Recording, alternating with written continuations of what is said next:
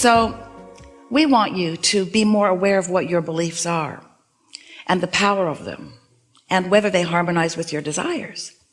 A belief is just a thought that you continue to think. That's all it is. It's just a practiced vibration.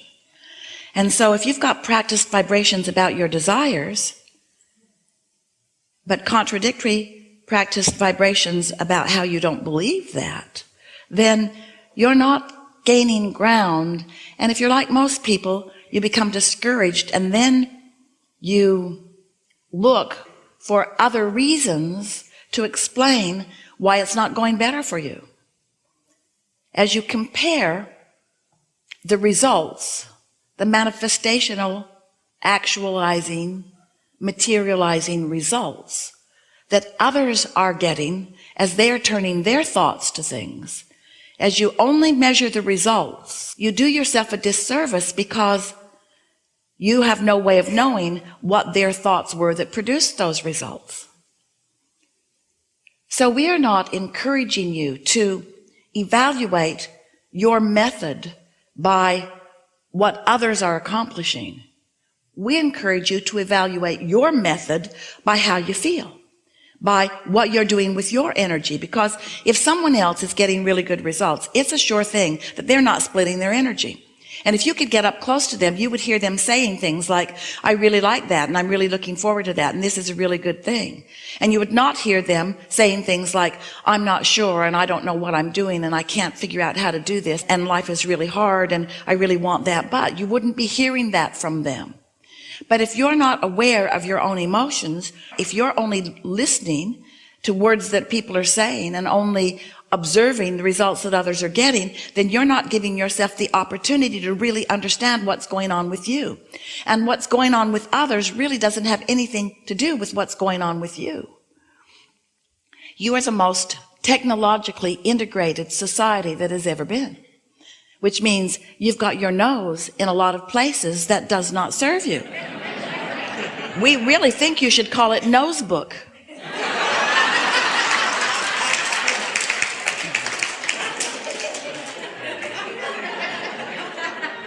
And so by giving so much of your attention to things that you don't have any control over really, you're just observing them, then you practice thoughts. You continue thoughts that often don't serve you. So deliberate creating requires deliberate thought. And deliberate thought requires a sensitivity to the way you feel. And a sensitivity to the way you feel requires understanding what your emotions mean. And so we can put it to you really, really simply. When you ask for something, which we call step 1, contrast causes you to do that. Step 2 happens, which source becomes a vibrational match to what you're asking for. When you ask for more money or for a relationship or for an improved anything, your inner being becomes the vibrational equivalent of it. When you ask, it is answered. But it is answered in a vibrational frequency that has a point of attraction that begins to attract the cooperative components. But unless you are in the same vibrational frequency, you're not privy to, you're not aware of, you're not part of, not quite yet, the awareness of the attraction of all of these cooperative components. So for a while, in order to get you to understand this vibrational world that we are wanting you to understand completely, we explained about step 1, you got that. We explained about step 2, it's answered. You didn't really get that because you couldn't understand why, if it was answered, why you couldn't see it yet. So we began to describe to you that it's happening, it's being answered in a vibrational realm, and you don't like that because it sounds like smoke and mirrors. It sounds like we're just trying to trick you into believing that you're getting what you want, even though you can't from your own resources see it. But we want you to understand that vibration precedes the manifestation. And once enough vibration is amassed, then it gets big enough and big enough and big enough that eventually you may begin to translate it through your own physical senses. So there's this vibrational reality that has amassed. It's so important that you believe in this vibrational reality. We gave it a name. We call it the vortex. The vortex of attraction is this swirling mass of energy that is bringing to it all things that you have asked for. Wrote a whole book about it, so you'd think it was real.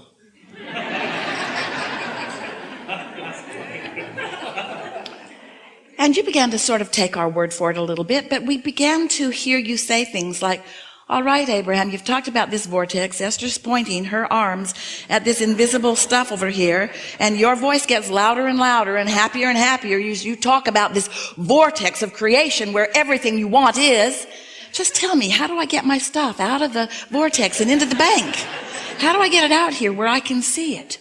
And then for a while, we said, go in there. Go in there where it is. Go in there where it is. Well, you just kind of freaked out over that.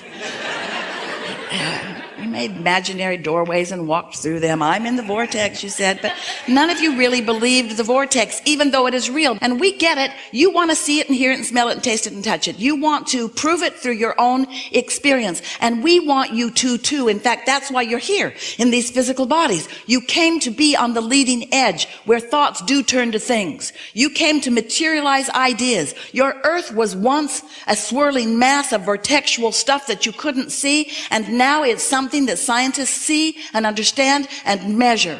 So much that was once only a thought is a physical reality. That's what this is all about here. This time-space reality where you are the genius creators who now turn more thoughts to more things. So to help you out in this process of turning thoughts to things, we're explaining to you that here are the things that you want, the experiences, the creations that you've put there, bit by bit by bit. So incrementally, by the way, that you often don't even recognize them in their mature state. Here is more in your vortex than you could live in 20 or 30 lifetimes. That's how masterful you are at sifting through contrast and creating this vortex. But now, these thoughts must begin to turn to your things in order for you to have the fulfillment of what you have been intending. So now we're explaining to you that the vibrational frequency of this vortex is very high and very fast and very pure and is being tended by your inner being, by source or whatever you want to call that non-physical aspect of you.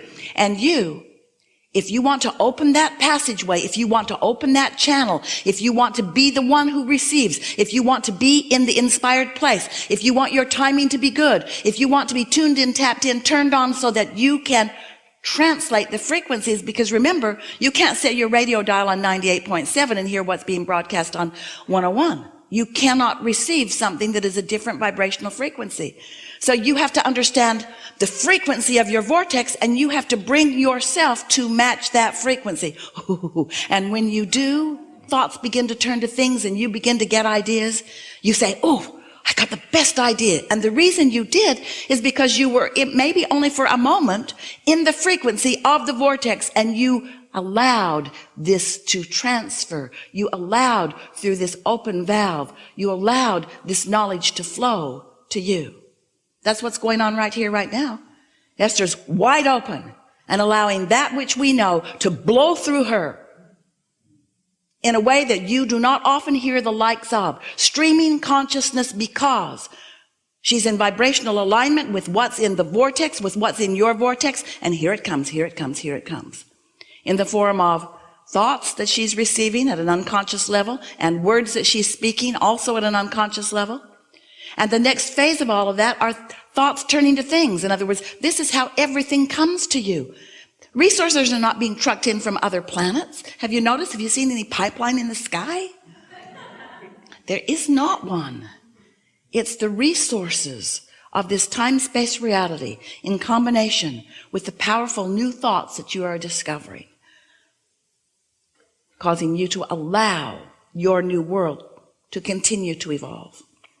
And so that's what we are about with you. We want to help you find processes, understanding that helps you to want to sift through your thoughts in a more deliberate way. We want you to say yes to more things and no to few things, because when you say yes to something in this attraction-based universe, you're saying, yes, come to me, this thing I want.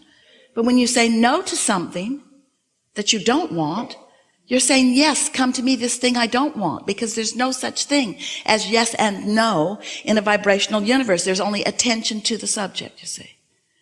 So now you have heard everything that matters. You've heard everything that matters for you to live happily ever after. And by that we mean for you to experience the success of alignment which produces for you clarity and a really sweet spot as you get to witness the universal forces helping you turn your thoughts to things. We're eager to talk with you about anything you want to talk about. There is nothing off limits. We'll help you in achieving a vibration that makes you more ready to be the receiver of the understanding and the manifestations that you seek. Don't worry about it if you are not specifically called on, because we are understanding what each of you wants, and there are some of you who are ready to ask a question for many. We may very likely call that person to ask that question for many, but it is our promise to you that whatever is active in your question will be answered here today. There is a slight question about whether you'll be in the vibrational place to hear it. But it's going to be a really good day.